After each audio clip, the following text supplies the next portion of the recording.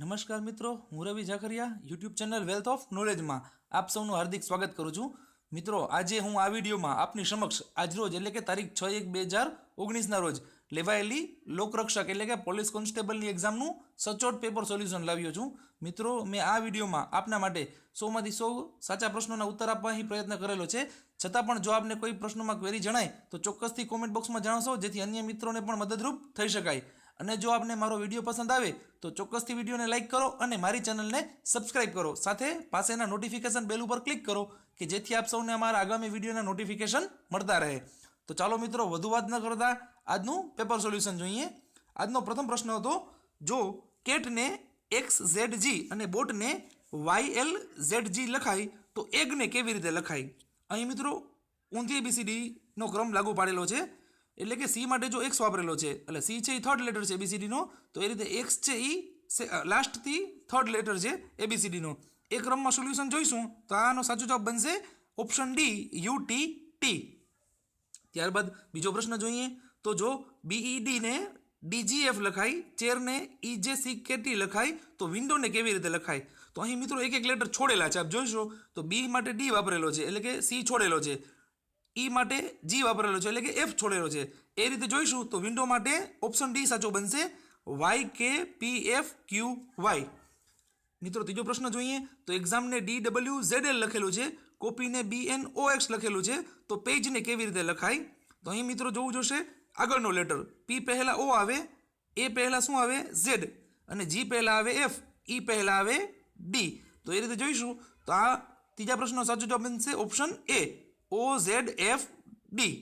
ત્યારબાદ ચોથો પ્રશ્ન છે, સનને QSL લખેલું છે, મૂનને KMML લખેલું છે, જ્યારે અર્થને કેવી રીતે લખાય? તો અર્થનો જે એ છે એના બે લેટર પહેલાનો લેટર જોઈશું તો સી બનશે.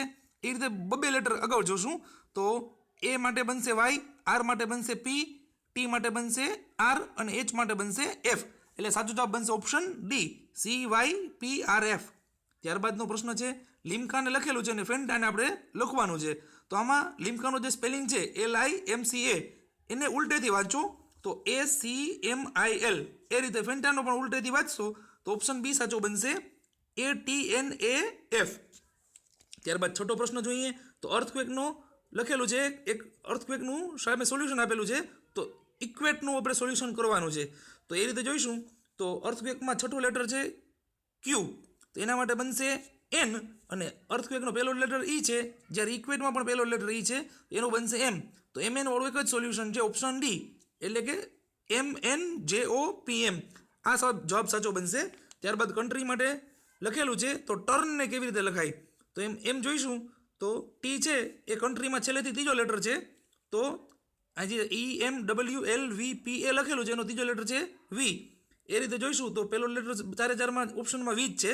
આગળ જોઈએ તો યુ માટે જોઈએ તો યુ છે કન્ટ્રીમાં ત્રીજા નંબરે છે, તો સામે EMW ત્રીજા નંબરે છે, તો VW. તો VW વાળા બે ઓપ્શન છે બી અને સી. ત્યારબાદ જોઈએ તો ટર્નમાં ત્રીજો લેટર છે આર, જ્યારે આર છે આમાં કન્ટ્રીમાં છેલ્લેથી બીજો લેટર, તો એના સોલ્યુશનમાં છેલ્લેથી બીજો લેટર છે પી. એ રીતે જોઈશું તો સાચો જવાબ બનશે ઓપ્શન સી VWPL. અહીં પીડીએફમાં જે મેં ટીક કરેલું છે મિત્રો એ ભૂલથી ખોટું ટીક થયેલું છે. અહીં સાચો જવાબ બનશે સાતમા પ્રશ્ન માટે ઓપ્શન સી. ત્યારબાદ જોઈએ તો એક વ્યક્તિ 3 કિલોમીટર ઉત્તર દિશામાં જાય છે, પછી ડાબી બાજુ વળીને 2 કિલોમીટર જાય છે, તે ફરી ડાબી બાજુ વળીને 3 કિલોમીટર જાય છે, તે પછી જમણી બાજુ વળીને સીધો ચાલે છે, તો હવે તે કઈ દિશામાં ચાલે છે? તો આ પ્રશ્નનો સાચો જવાબ બનશે ઓપ્શન એ પશ્ચિમ દિશામાં.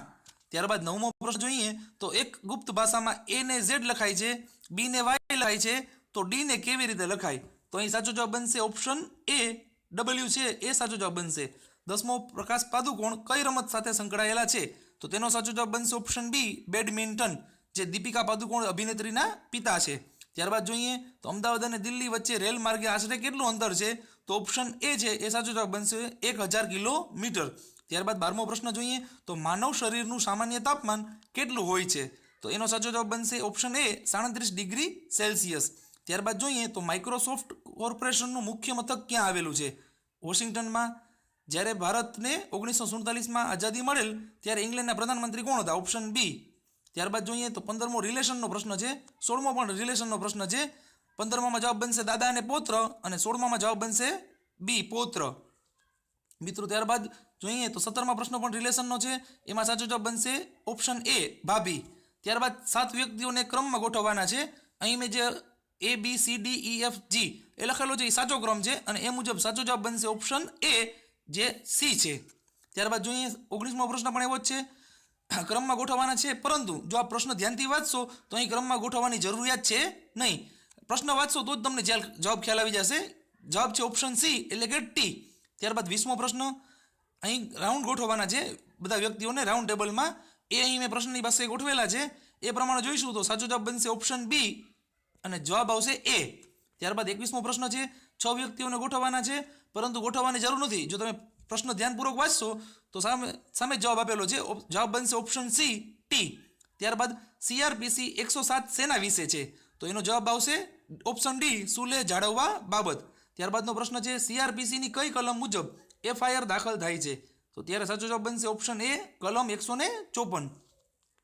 ત્યારબાદનો પ્રશ્ન જોઈએ તો CRPCની કઈ કલમ મુજબ પોલીસને વોરંટ વગર ધરપકડ કરવાની સત્તા મળેલી છે? તો ઓપ્શન એ સાચો જવાબ છે કલમ 41. CRPCની કઈ કલમ મુજબ ખાનગી વ્યક્તિને ધરપકડ કરવાની સત્તા મળેલી છે? કલમ 43 મુજબ. ભારતીય પુરાવા અધિનિયમનું કયું પ્રકરણ મૌખિક પુરાવા વિશે છે? તો પ્રકરણ 4. ભારતીય પુરાવા અધિનિયમનું કયું પ્રકરણ સાક્ષીઓ વિશે છે? તો પ્રકરણ 9. ત્યારબાદ ચૂંટણીઓના ગુનાને લગતું કયું છે? તો પ્રકરણ 9A. ત્યારબાદ જોઈએ IPCની છેલ્લી કલમ શેના વિશે છે? તો ઓપ્શન બી ગુના કરવાની કોશિશ. IPCનું છેલ્લું પ્રકરણ કયું છે? તો પ્રકરણ 23મું. ત્યારબાદ જોઈએ તો IPC બાબતે નીચેનામાંથી કયું વિધાન સાચું નથી મિત્રો? તો અહીં પ્રશ્નનો સાચો જવાબ બનશે ઓપ્શન એ પ્રકરણ 18 શરીર સંબંધી ગુનાઓનું છે તે. ત્યારબાદ જોઈએ 32મો પ્રશ્ન. બહુચર્ચિત નિર્ભયા બનાવ દિલ્હીમાં કયા વર્ષમાં થયો હતો? તો ઓપ્શન સી સાચો બનશે 2012. ત્યારબાદ સુરેશ એક મોબાઈલ ફોનની ચોરી કરે છે, તેણે IPCની કઈ કલમ મુજબ ગુનો કર્યો કહેવાય? તો કલમ 379. ત્યારબાદ મોહન શ્યામને જાનથી મારી નાખવા માટે ચપ્પુ મારે છે, પણ શ્યામ બચી જાય છે. મોહને IPCની કઈ કલમ મુજબ ગુનો કર્યો કહેવાય? તો કલમ 307. ઓપ્શન એ સાચો બનશે. મીના પોલીસમાં તેના પતિ દ્વારા થતી શારીરિક અને માનસિક સતામણી અંગે ફરિયાદ કરે છે, તો પોલીસ IPCની કઈ કલમ મુજબ ગુનો દાખલ કરશે? ઓપ્શન સી સાચો જવાબ બનશે કલમ 498A. ગુજરાતનો દરિયા કિનારો કેટલો લાંબો છે? સૌથી સરળ પ્રશ્ન. ઓપ્શન સી સાચો જવાબ બનશે 1600 કિલોમીટર. ત્યારબાદનો પ્રશ્ન. ગુજરાતનો સમય અને આંતરરાષ્ટ્રીય પ્રમાણિત સમય વચ્ચે કેટલો તફાવત છે? તો ઓપ્શન બી સાચો બનશે. ગુજરાતનો સમય IST થી 5 કલાક અને 30 મિનિટ આગળ છે. ઔરંગઝેબનું જન્મસ્થળ દાહોદ. 1979માં કયો ડેમ તૂટવાથી ગુજરાતમાં મોટી દુર્ઘટના થઈ? તો મચ્છુ ડેમ. ઓપ્શન એ સાચો જવાબ. કાકરાપારમાં શું છે? તો એટોમિક પાવર સ્ટેશન. અમૂલનું પૂરું નામ આનંદ મિલ્ક યુનિયન લિમિટેડ. સરસ્વતી ચંદ્ર નવલકથા ગોવર્ધન રામ ત્રિપાઠી. 12 જ્યોતિર્લિંગ પૈકી ગુજરાતમાં સોમનાથ. 7 સિસ્ટર સ્ટેટ છે એમાંથી કયું 7 સિસ્ટર આમાં નથી? આમાં જે 4 આપેલા છે એમાં કયું 7 સિસ્ટર્સમાં સામેલ નથી થતું? તો ઓપ્શન ડી. અને સાચો જવાબ છે ત્રીજું સિક્કિમ. ઓપ્શન આવશે ડી. ત્યારબાદ મેરીકોમ માટે કયું વિધાન સાચું છે? તો પ્રથમ 3 વિધાનો સાચા છે, ચોથું વિધાન ખોટું છે. તો ઓપ્શન એ સાચો જવાબ બનશે. લાલ અને લીલા રંગને સાથે ભેળવતા કયો રંગ બને? તો પીળો રંગ. નીચેનામાંથી કયું 5/5 સમાન મૂલ્યવાળું છે? તો 1. 5/5 એટલે કે 5/5 તો 1. ત્યારબાદ જોઈએ 48મો પ્રશ્ન. જે ચારેય આકૃતિઓ આપેલી છે એમાં સાચો જવાબ બનશે ઓપ્શન એ. બીજી આકૃતિમાં કીડીને વધારે ફરવું પડશે, લાંબુ અંતર કાપવું પડશે. ત્યારબાદ 49મો પ્રશ્ન છે. ઘડિયાળમાં 5 વાગ્યા છે, તેના મિનિટ કાંટા અને કલાક કાંટા વચ્ચે કેટલા અંશનો ખૂણો બનશે? તો 150 અંશનો ખૂણો બનશે. કરીના, કેટરીના, કંગના અને કુસુમ એને આલ્ફાબેટિકલ ઓર્ડરમાં ગોઠવવાના છે. તો ત્રીજા નંબરે આવશે કેટરીના. Option A. મૂળભૂત અધિકારના રક્ષણ માટે રીટનો ઉપયોગ કરવામાં આવે છે, નીચેનામાંથી કઈ રીટ નથી? તો ઉપરોક્ત 4 છે એ રીટો છે, તો સાચો જવાબ બનશે ઓપ્શન ડી. ઉપરોક્ત તમામ રીટ છે. ત્યારબાદ 52મો પ્રશ્ન. પોલીસે ધરપકડ કરેલ વ્યક્તિને કેટલા કલાકમાં મેજિસ્ટ્રેટ સમક્ષ રજૂ કરવો પડે? તો ઓપ્શન એ 24 કલાક. સુપ્રીમ કોર્ટનું કયું ઐતિહાસિક જજમેન્ટ કામકાજના સ્થળે કામ કરતી મહિલાઓની જાતીય સતામણી અટકાવવા માટેની માર્ગદર્શિકા આપે છે? તો ઓપ્શન બી વિશાખા જજમેન્ટ. સૌથી જૂનો વેદ ઋગ્વેદ. અણુશક્તિ માટે યુરેનિયમ સ્ત્રોત છે. લોલકવાડામાં પ્રશ્નનો સાચો જવાબ આવશે ઓપ્શન એ ઘટે છે. પરંતુ મિત્રો હું આ પ્રશ્નમાં શ્યોર નથી, 100% શ્યોર નથી. ત્યારબાદ પોલિયો શેનાથી થાય? તો વાયરસથી. અજંતા ઇલોરાની ગુફાઓ મહારાષ્ટ્ર. શિવાજીએ કોને વાઘના નખથી માર્યો? તો Afzal Khan. Vasco da gamma માટે કયું સાચું નથી? તો ઓપ્શન બી તે ડચ નહોતો એ સાચું નથી. સોરી તે ડચ હતો એ ઓપ્શન સાચું નથી. ત્યારબાદ 61મો પ્રશ્ન. કઈ લડાઈથી ભારતમાં બ્રિટિશ શાસનનો પાયો નખાયો? તો ઓપ્શન ડી પ્લાસીની લડાઈ 1757માં. જય હિન્દ ચાલો દિલ્હી નારા સુભાષચંદ્ર બોઝ. આઝાદી પછી પ્રથમ વખત ભારતમાં સામાન્ય ચૂંટણીઓ ક્યારે યોજાઈ? તો 1952માં. ભૂદાન ચળવળમાં વિનોબા ભાવે. ATIRA નું પૂરું નામ તો Ahmedabad textile industries research association. Kedarnath Uttarakhand. કઈ ધાતુ પ્રવાહી સ્વરૂપે છે? મર્ક્યુરી. ડાયાબિટીસમાં શરીરમાં ઇન્સ્યુલિનનું ઓછું પ્રમાણ. Option A. સ્ટેચ્યુ ઓફ યુનિટીમાં 182 મીટર. ઇન્ડોનેશિયામાં જે એશિયન ગેમ્સ થઈ એમાં ગુજરાતની સરિતા ગાયકવાડે 4x100 એટલે કે 4 રિલેમાં નંબર મેળવ્યો હતો. એટલે ઓપ્શન ડી સાચો છે.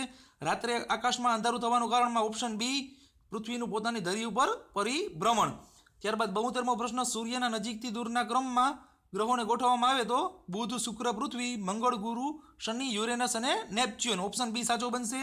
જેસોર અભયારણ્ય બનાસકાંઠામાં નીચેનામાંથી કઈ જોડ સાચી નથી? તો ઓપ્શન ડી. મહીસાગર અને રતનમહાલ અભયારણ્ય સાચી નથી. ત્યારબાદનું જોઈએ તો એનિમિયા રોગનું કારણ શું? તો આનુવંશિકતા. Option B. મહી નદી ઉપર કયો બંધ છે? એમાં સાચો જવાબ આવશે ઓપ્શન સી, બંને.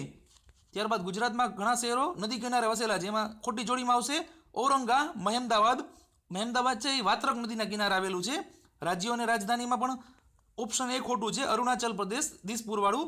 એમાં અરુણાચલ પ્રદેશમાં આવશે ઈટાનગર. ત્યારબાદ ગણિતનો એક પ્રશ્ન છે એમાં આવશે સાચો જવાબ ઓપ્શન ડી 23, 25 અને 27.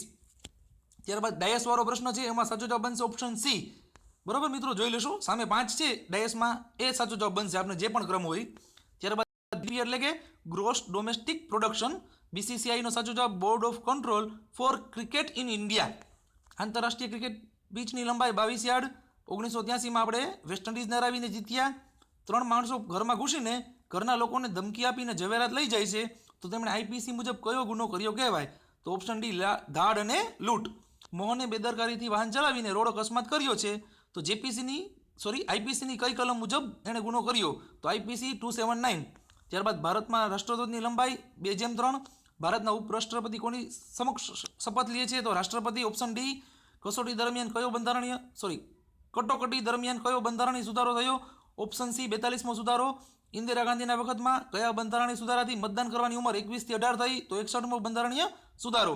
Option D. HTML નું પૂરું નામ તો હાઇપર ટેક્સ્ટ માર્કઅપ લેંગ્વેજ. શ્રેણી પૂરી કરવાની છે એમાં સાચો જવાબ બનશે 56. 13 ઉમેરશો 43માં છેલ્લા છે એના. ત્યારબાદની શ્રેણી પૂરી કરવાની છે એમાં ઓપ્શન એ સાચો બનશે 66. શ્રેણી પૂરી કરવાની છે 94મો પ્રશ્ન, એમાં બનશે સાચો જવાબ 130. જો અહીં મેં લખેલું છે 5નો ઘન અને +5. 5નો ઘન 125 અને +5 એટલે 130. ત્યારબાદ શ્રેણી પૂરી કરવામાં સાચો જવાબ આવશે 3. 4માંથી 1 બાદ કરો એટલે 3. એ રીતનો છે શ્રેણી પૂરી કરવામાં. પછીનો પ્રશ્ન છે ગણતરી મેં કરેલી છે પણ ગણતરી મને સમજાતી નથી. મને એમ લાગે છે 96મા પ્રશ્નમાં રકમમાં કોઈ ભૂલ હોઈ શકે એટલે આનો મેં જવાબ નથી આપેલો, ડોન્ટ નો લખેલું છે મિત્રો. શ્રેણી પૂરી કરવામાં ત્યારબાદનો પ્રશ્ન છે એનો જવાબ આવશે ઓપ્શન સી 158. અહીં મેં ગણતરી કરીને બતાવેલું છે. ત્યારબાદ પછીનો પ્રશ્ન જોઈએ તો શ્રેણી પૂરી કરવામાં 5, 6, 10, 19, 35 અને પછી પ્રશ્નાર્થ ચિહ્ન છે એમાં સાચો જવાબ આવશે સી 60. અહીં મેં ગણતરી કરીને બતાવેલી છે વર્ગવાળી. ત્યારબાદ શ્રેણી પૂરી કરવામાં પછીનો જવાબ આવશે ઓપ્શન બી -10. બધામાંથી 20 બાદ કરતા જાઓ. 90માંથી 20 બાદ કરો 70, 70માંથી 20 બાદ કરો 50, 50માંથી 20 બાદ કરો 30, 30માંથી 20 બાદ કરો 10, 10માંથી 20 બાદ કરો તો -10. ત્યારબાદ જોઈએ તો મોહન એક લાઇનના બંને બાજુથી 18મા નંબરે બેઠેલો છે તો આ લાઇનમાં કુલ કેટલા વ્યક્તિઓ બેઠેલા હશે? મિત્રો આ પ્રશ્ન તમામ કોમ્પિટિટિવ એક્ઝામમાં હોય જ છે. તો 18મા ક્રમે છે બંને બાજુથી તો 18 + 18 એટલે 36 અને એમાંથી 1 બાદ કરી નાખવાનો એટલે સાચો જવાબ બનશે ઓપ્શન ડી સાચો 35. મિત્રો હું આશા રાખું છું કે આ પેપર સોલ્યુશન આપને ખૂબ જ કામ લાગશે અને ખૂબ જ સચોટ છે. તો અવશ્ય આ વિડીયોને લાઇક કરો અને મારી ચેનલને સબસ્ક્રાઇબ કરી અને પાસેના નોટિફિકેશન બેલ ઉપર ક્લિક કરો. હું આશા રાખું છું કે તમને સૌને ખૂબ જ સારા માર્ક્સ આવે.